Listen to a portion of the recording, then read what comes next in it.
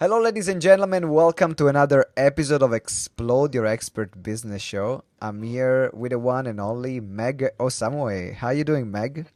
I'm well, thank you. I'm happy to be here. A fantastic, beautiful red dress and red earrings today. You're bringing the fire here on this show. Thank you. So we're talking about women, and we're talking about how can women put themselves first. Now, in particular, in business, I mean, I've been coaching a lot of women through our courses, and yes, I found that there is a difference between men and women. Uh, I found that a lot of women they sometimes think about more first about other people and the family and the kids and all the responsibilities that they have way more than men do.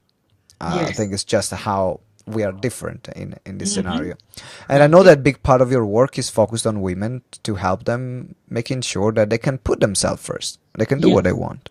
Yes. So how did you end up doing this? Um, I ended up doing this because of my own life. Mhm. I spent a better part of my life. I'm a mother of five. 5! Yes, yes. Wow! Beautiful five children. And doing that, and I'm married doing that, I found that things I wanted to do for me, I placed in the back burner. Mm, I won't say I'm not happy with my life. I'm happy with my life. But sometimes there's also something within you that you know you want to achieve. mhm, And when life happens, it looks as if you've been ambushed mhm, into doing other things and forgetting about you. mhm, So that actually woke me up. A lot of things woke me up to make me say, no, I've got to put myself first. I've mhm. got to do something for me. Because when I do something for me, my children will see that I Yeah. appreciate me, I value me. They will also value themselves.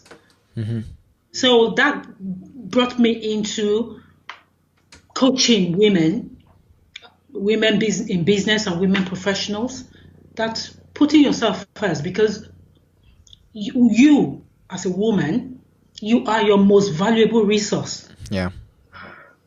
When they recognize that, then all other things follow. Mhm. So it's a passionate thing I do in my life.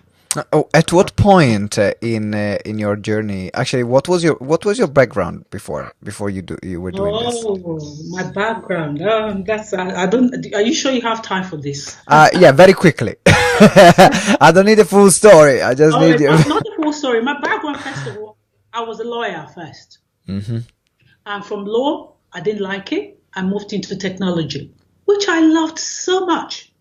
mhm, I was working as a technology director. I loved my job. mhm, But then I got made redundant. mhm, Redundancy forced me to now rethink my journey, rethink my life. hmm. Because at that time too, I wasn't putting me first. I put my job first. Right. Everything fitted around my job. Even I sacrificed my family for that. Yeah. So when I was made redundant, I kind of went through a bad patch where I began to feel I was not good enough. Why would I have been made redundant when I was doing a lot for the company? Mhm, But most times, failure is a blessing in disguise. mhm, When it happens, we don't think that way. But the benefit of hindsight, you begin to see something happened to wake me up. It was actually my dad to mhm. make me remember who I am Yeah. and where I come from. So with that, it woke me up to say, no, I've got more in me. So Hmm. that put me on the journey to say, because I know that I love helping people. Mhm, I love looking after people and helping them with their businesses because that's what I did while working for another man's business. So hmm. with that energy, I put it into my own business.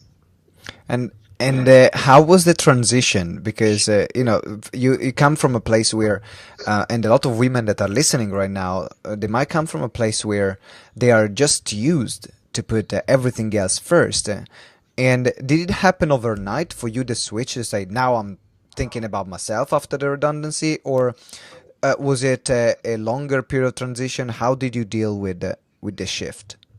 Uh, it was a challenging time, I would say, because I went through times of doubting myself, doubting maybe I was not good enough. But like I told you, my dad woke me up to remind me of who I am and where I come from. And he also said, he always told me that to find gold, I have to dig deep. And the question for me was, he asked me and said, Margaret, have you been digging? I knew I hadn't been. I knew I hadn't done all that because I was wallowing in self-pity because I was made redundant. I saw myself as a failure. When that realization came, I knew I hadn't done what I was supposed to be doing. That woke me up because I knew I had more in me. But then the journey was not straightforward. I realized I had to rethink my things I wanted to do. And that's the benefit of choice. When you are self-aware, when you know what you want in your life, and you know within you, you've got that potential, then you are able to now evaluate your life and say, what do I want to do? That is what I did. Being aware of who I am. And I looked at it and said, what am I best at? What is my passion? And that was where coaching came in, because I did that a lot. Coaching people, helping them out, counseling people. So I went in to do a counseling and coaching degree. Which the process was a long one, but I found it was what I wanted to do. You mentioned it was your father that told you about digging deep, that supported you in that period. Yes. How important is in a period of transition, in particular, but for men or women as well, in particular women, now the topic of this interview, how important was for you having someone by your side reminding you that you had to dig deeper and supporting you throughout this process? Oh, I think it's extremely important, because when you have somebody there by your side cheering you on, because when you're at your lowest, or when you're feeling not good enough, when you're feeling a failure, most times I would say you need somebody else to pick you up, to say, come on, you are better than this. That's where you have your network, you have your family. They're there to help you do that. Yeah, Yeah. yeah, it's so important having those people around you. I mean, that's if you're a man or a woman, it doesn't matter. But it's important that you have those people that, in particular, in this moment where it's this difficult, you are changing a lot of things. In particular, what happened to you, you had to reinvent yourself, Yes. and it's easy to fall into the mind trap of not feeling good enough, because now if you like a lot of people do, if you associate your identity with the work that you do, the moment the work or the job you're doing or the business you're having doesn't happen anymore, Yes. then you have a complete loss of identity. Yes. And that's what happened in a lot of these scenarios, and that's why I Yeah. really love the work that you do, Meg. Is really important. So let's say, I know there are a lot of women listening right now, and they will be Yeah. thinking, okay, what can I do? I put other people's first of my life.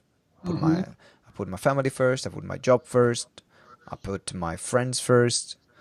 Uh, I never put myself first. Where do I start? You start. It's a journey of self-awareness by being aware of who you are. Because when you start putting people first, it comes from people pleasing. It comes from being wanting to help others, wanting to be needed.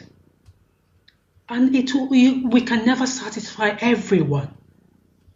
But the thing is, to start putting yourself first is you finding out what you're passionate about. What do you like? I spend time with me? No, you can have your family, it's good. I have my family.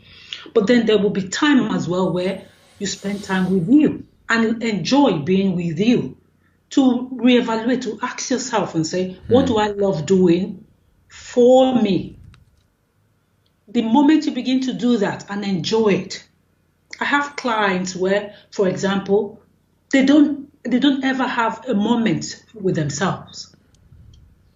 They are always with this person or that family or the children of whatever. But then when I ask them, I say, well, would you spend time with you? They find it strange. And then we start the work and say, no, you are your greatest resource. Some people think it's time. It's not time. It's you. Once you put that investment in you first, then all other things follow. So we begin to work on them, finding what they love. And I tell you, when they begin to do that, they find joy. And when you find joy because you've got that time for you, then you can show up powerfully in other things you're doing. Or if it's work, if it's at home, whatever it is, people will know you're present. Or just because you've started putting you first. And putting you first means loving you. It's a wonderful thing to start doing. Wow, that's so powerful. And so you talked about finding yourself. You talked about self-awareness. That's a starting point. How can someone start the process of self-awareness? Because sometimes when you've put other people or your job or your career first all the time, it's very difficult to find. Okay, I need to spend time with myself. I need to find myself, but where? How? Who am I? There is this question. So what can we do to find what is truly important for us? Yeah, like I said, it's a process. But if I talk about me and the way I coach and counsel my Please. clients, we normally start with journaling. When you do journaling, I did that for myself and it helped me, because the journaling helps you to gain more awareness about you, your thoughts, your aspirations, your success, where you want to go, where you are now. You start journaling. When you start journaling, it helps you a lot. And I'm here to say that I've got a free journaling resource that people can download to start them on that process. It helped me a lot. When you start journaling your day, with journaling, for example, you set a goal and say, okay, today this is what's happening. And maybe things don't go right, but you journaled it and you journaled what you learned from that experience. So that when you go back to it 3 or 4 days later, you take stock and say, okay, that happened and I was able to do this. You take what works and do it again. Yeah. By step, things begin to change. Yeah. Yes. So you start with journaling. Yes. And I found journaling incredibly powerful, absolutely. And at the end, we'll for people that are interested in a journaling resource, Maggie's gonna share the links or where you can get in touch with her and download it. And after journaling, then what's the next step? What do you do with your clients? What can people do? They start journaling. In that process of doing that, and also we tend not to listen to ourselves. Because within ourselves, our mind, our body, our souls, is speaking to us. You go inside you to listen. Because whatever is happening with you or with anyone, answers are inside, because we've got that potential inside us. That intuition is there. When you listen more to you, you will know where you want to go. Because most of things about self-awareness, people look at self-awareness. Yeah, we can be self-aware. But it's got to come from inside. It can't come from outside. Yeah. So from when you listen more to you, you'll be able to know, okay, this is where I want to go. If it's business you want to start, how you know, okay, this is the business I want to start. This is what help I need. Then working with the client, they will now come back and say, okay, this is what I want to do. I want to start my business, or I want to get my promotion at work. And then we'll begin to look at it and say, okay, how are you showing up? They will look at how they communicate, their networking, how they are at work, how they look at work, Yeah. how they do the work they're doing. If it's a business, how much are they in the business? Are they passionate about that business? Work. And do you love your work? Because when you don't love your work, you can't do much then. Or if you don't love your business, you're just doing the business for doing the business sake. Yeah. It can't go anywhere. That passion needs to be there. So once it's there, and then you now have your goals to say, okay, this is what I want to achieve. Then we have tools that we use to start looking at those goals.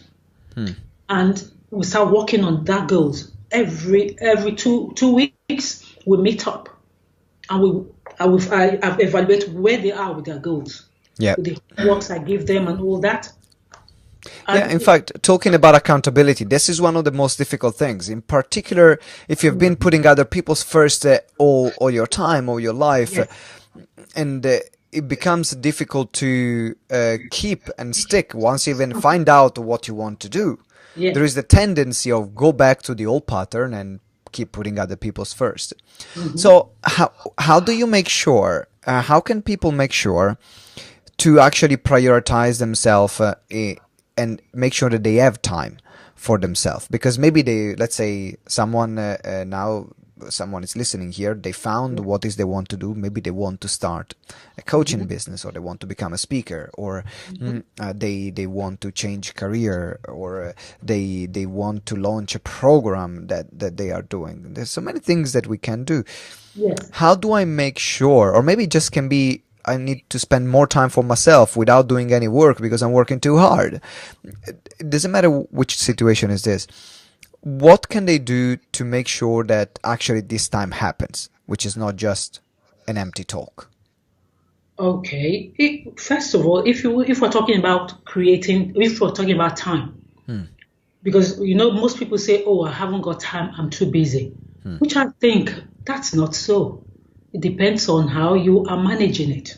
I believe in self-management, not time management. Because if, for example, they're saying, "Oh, I need to do something and I don't have time," you create the time. For example, if you are at work, we find out how you work. We find out.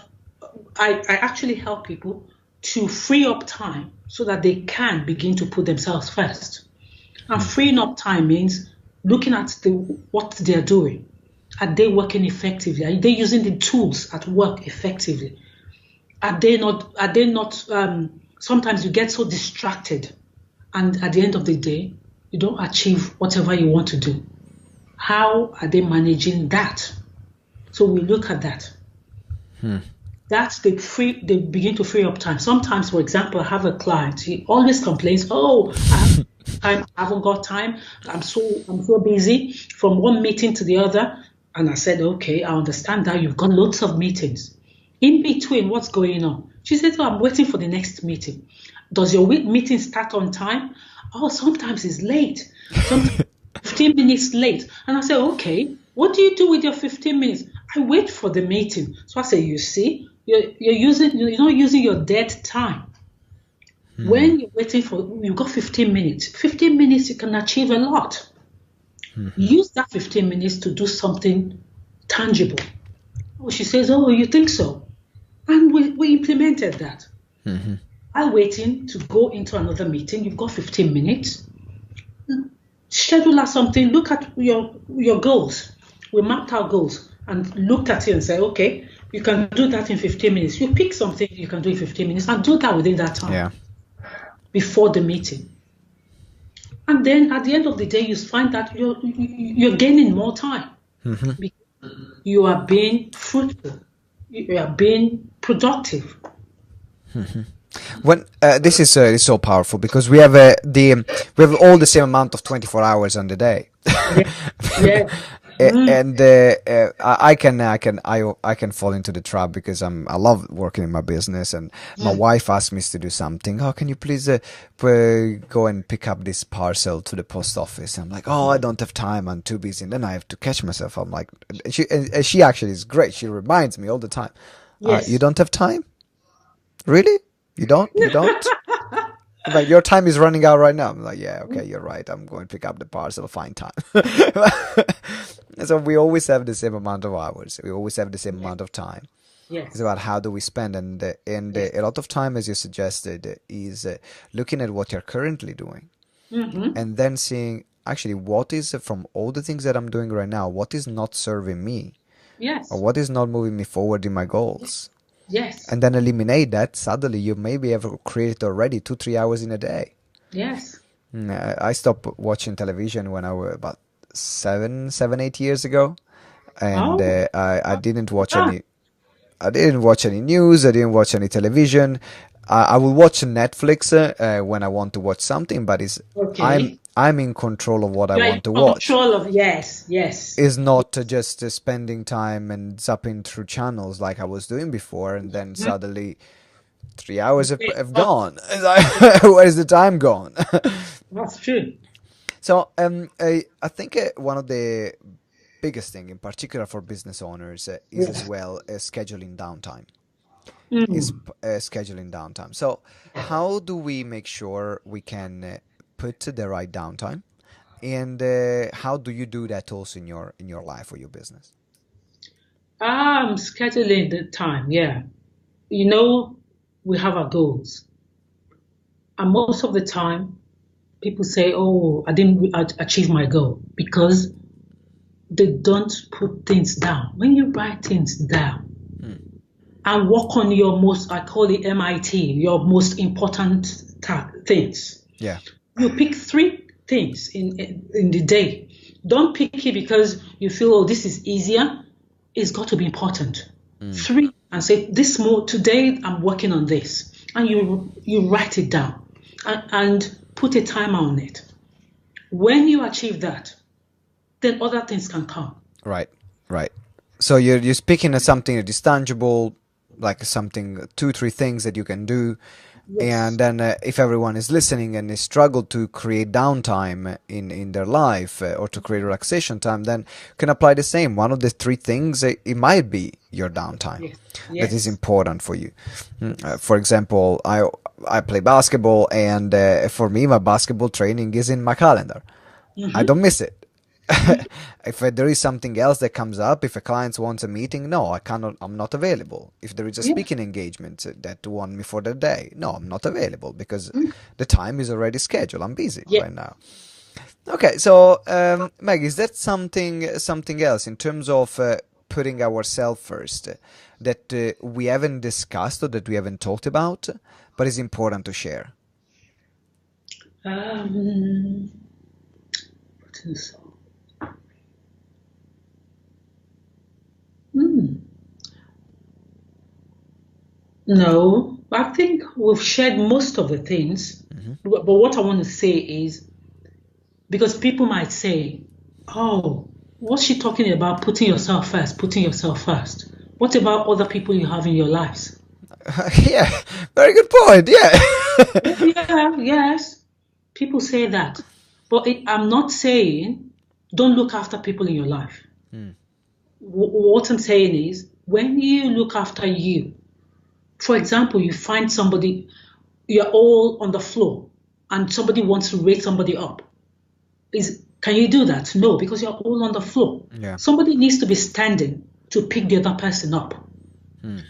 So where I come with my put yourself first. When you are full, when your cup is full, from your overflow, you help somebody else. Helping somebody else, you will do it selflessly. You will do it without expecting anything in return because you're doing it with everything in you. But when you keep helping and forgetting about you, it creates resentment. Hmm. You become frustrated, say, what about me? But nobody has done it to you. You have done it to yourself. But when you put you first, you look after you.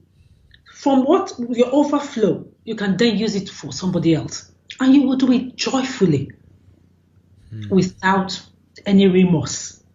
That's where I come from. Wow. I absolutely love it, Meg. This is a great message to wrap up this conversation. Because I love the metaphor of if you want to lift yourself, someone up, and you're all on the floor, you can't. Someone needs to be standing. Mm. And so it's about creating that balance. So you're putting yourself Yeah. first. It's not about forgetting about others completely No. and being selfish. It's not just about that. It's about giving yourself what you need to keep. Now, Meg, I know that there are people that a lot of women have been listening to this show, and they want to say, "Okay, I want to reach out to you, Meg. I need some help, or I want to follow you, and so the work that you're doing." How can people get in touch with you? My website is megosa.org, megosa.org. Mm-hmm. And my email address is meg at megosa.org. Brilliant. And you mentioned the free resource, the journaling resource before. It's actually on my website. That's on the website. So Yes. megosa.org. You can find the Yes. journaling resource. You can connect with Meg and you can send Yes. her an email. Make Yes. sure you get that resource because, in particular, if you want to find out more about yourself and Mhm. you want also to start prioritizing yourself, this Yes. is the very, very first step. Yes. Meg, thank you very much. It's been great, great having you on the show. You've been fantastic, Thank and I'm you. looking forward to have you back on the show as well. Thank you very much. Thank you. All right, ladies and gentlemen, thank you for listening or watching. It has been great having you here. Remember to always put yourself first. Fast. And one of the things that you can do for yourself is to subscribe to this podcast. So Yes. then you get great information and connect with amazing experts like Meg. So subscribe to the show right now. And until next time, remember that together we grow exponentially. Yes. Ciao. Bye.